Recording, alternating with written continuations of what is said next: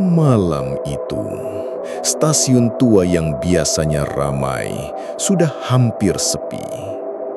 Kereta terakhir baru saja berangkat, meninggalkan hanya segelintir orang yang masih menunggu, entah menunggu siapa atau apa.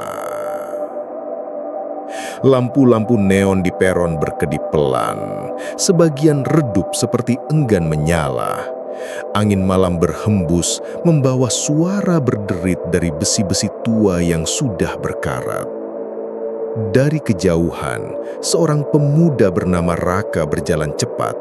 Ia baru pulang lembur dari kantornya, dan kereta terakhir tadi adalah satu-satunya cara baginya untuk pulang ke rumah.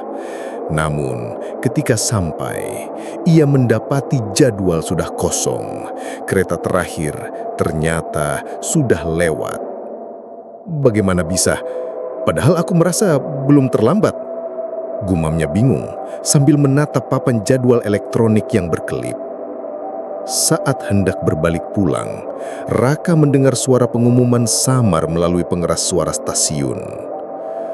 Kereta tambahan menuju jalur 3 segera tiba. Raka mengerenyit. Ia tahu jalur 3 sudah lama ditutup. Jalurnya gelap, relnya berkarat, dan bahkan pintunya dipagari. Tapi rasa penasaran lebih besar dari logikanya. Ia melangkah pelan menuju jalur itu. Ketika sampai, ia melihat sebuah kereta tua berhenti di sana. Catnya kusam, jendelanya pecah, dan pintunya terbuka seakan memundang. Anehnya, ada beberapa orang di dalam, duduk diam seperti penumpang biasa, tapi wajah mereka pucat, matanya kosong, dan tubuh mereka tak bergerak sama sekali. Dengan langkah ragu, Raka mendekat. Suara derit pintu kereta membuat bulu kuduknya merinding. Tiba-tiba, salah satu penumpang menoleh ke arahnya. Wajahnya pucat keabu-abuan, bibirnya biru, dan matanya seperti kosong menembus tubuh Raka. "Naiklah." Suara serak itu keluar dari mulut penumpang yang bibirnya bahkan tidak bergerak. Raka mundur beberapa langkah, jantungnya berdegup kencang. Ia berlari ke arah ruang tunggu, namun semakin ia berlari, semakin jauh peron terasa. Seperti lorong itu terus memanjang tanpa ujung.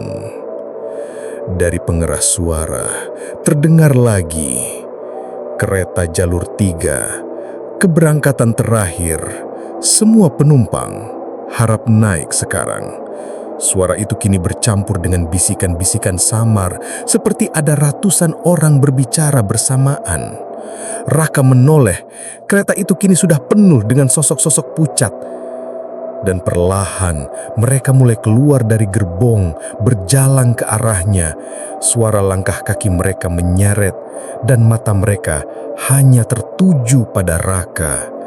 Dengan panik, Raka mencoba mencari jalan keluar, namun semua pintu stasiun kini terkunci. Ia hanya bisa mendengar suara semakin dekat, napas dingin terasa di tengkuknya. Sampai akhirnya, ia mendengar kalimat terakhir dari pengeras suara. "Sekali naik, tidak pernah pulang." Lampu stasiun mati seketika, gelap. Hanya tersisa suara derit rel dan jeritan Raka yang hilang di tengah malam.